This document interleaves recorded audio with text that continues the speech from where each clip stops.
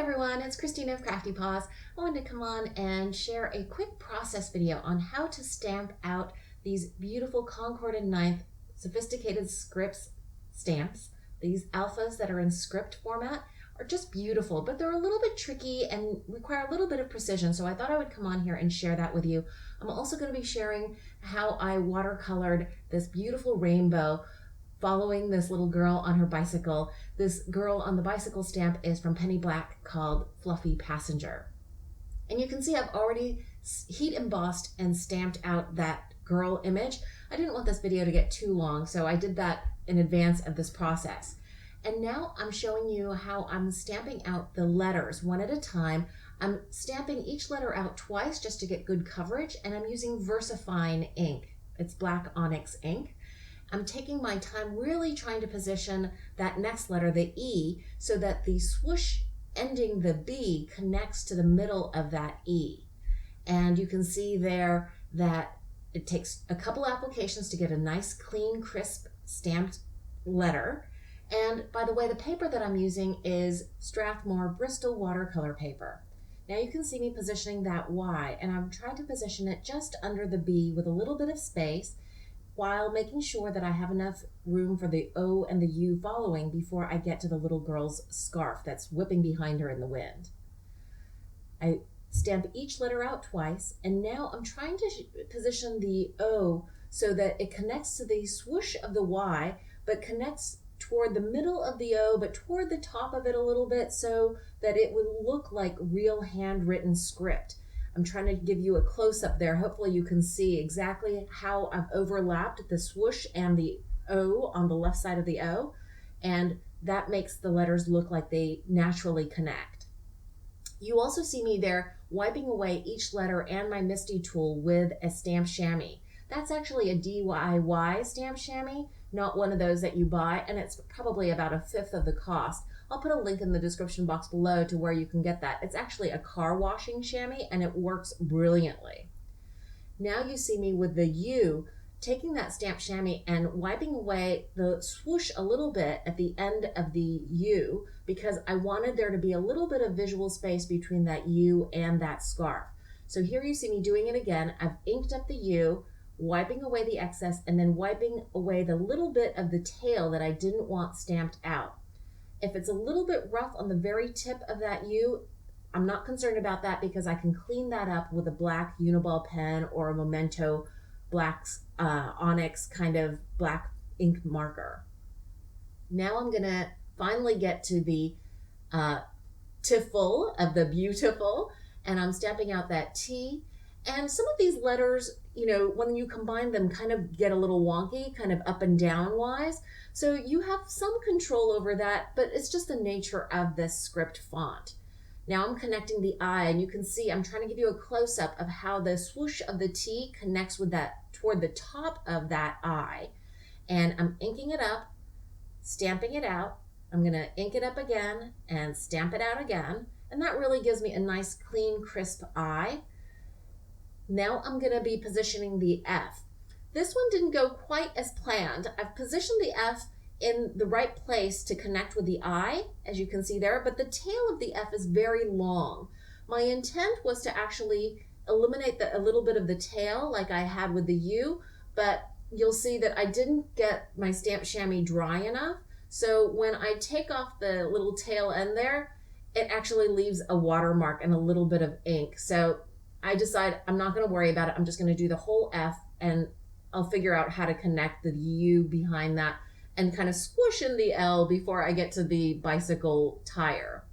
Now I'm trying to position the U, and you can see that the tail is a little long, so I'm pushed over to the right a little bit more than I would have liked, but that's okay. I am showing you that I've connected the swoosh of the F toward the top of the left side of the U, and here you can see me again trying to eliminate the tail of the U so I don't go too far over to the right, and that time it worked perfectly. Stamp that out again, and I got a nice, crisp, clean, beautiful U. And the last letter L, I'm just going to connect with that U, and because I've shortened the tail of the U, I can connect to the L without squishing too much into the tire of the bicycle. Now I'm inking up that L and eliminating any chance of smearing because this is actually the second time I'm trying to stamp out this sentiment. I had to throw away the first one because I had ink on my hand and I smeared it on the image. Now you'll see I'm going back in and putting in a swoosh starting that B, and this stamp set is so complete. It has those extra little details like that. Now I'm going in, I made sure all of the sentiment is completely dry. I didn't catch that in the video, but I did heat set everything so that I knew that the ink wouldn't run when I added water to it. This again is Versamark ink, VersaFine ink, and it's water safe, but it does need to completely set and dry. Now I've I've added water to all of the area behind the little girl through the sentiment, and now I'm sprinkling on Ken Oliver color bursts. And I've decided I'm going to do a rainbow of color that really will highlight the sentiment, which I think is the key to the design of this card. And I start with a red at the top, then orange, and then a lemon yellow. Then I'm making sure that the watercolor paper is damp enough to catch the pigment powder. And I sprinkle on some phthalo green and some ultramarine blue. Now I'm taking some clean water and just a plain paintbrush. You can use a water brush too, but I just decided I had a paintbrush close at hand. So I'm going in and just activating all of those powders, those pigment crystals.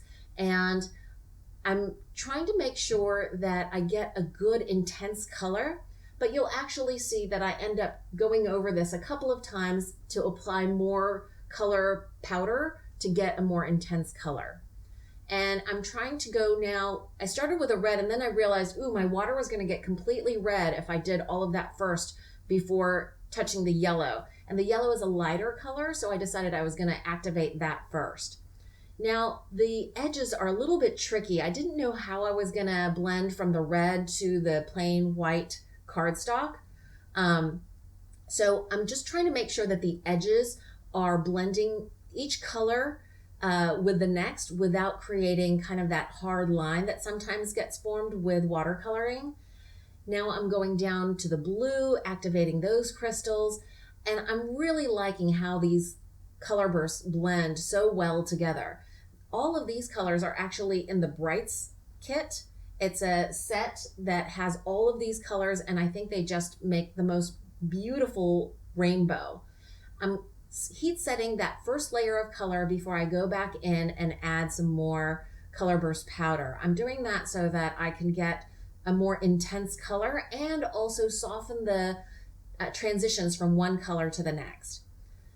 And you'll see there, I got a fresh cup of water and I've cut most of that out, but occasionally you do have to change out your water so that you don't get a muddying color, watercolor, so that when the water turns too dark a color with all of this watercoloring, you go take a break, get some fresh water so that you don't get a muddy-ish coloring. Now I'm going back in, adding some more orange, and I wanted to make that orange a little bit more vibrant and still be different from the Elysian red at the top. And I'm also trying to make sure that the colors are activated between each color. So I wanted the orange to transition nicely to the yellow and the yellow to transition nicely to the green.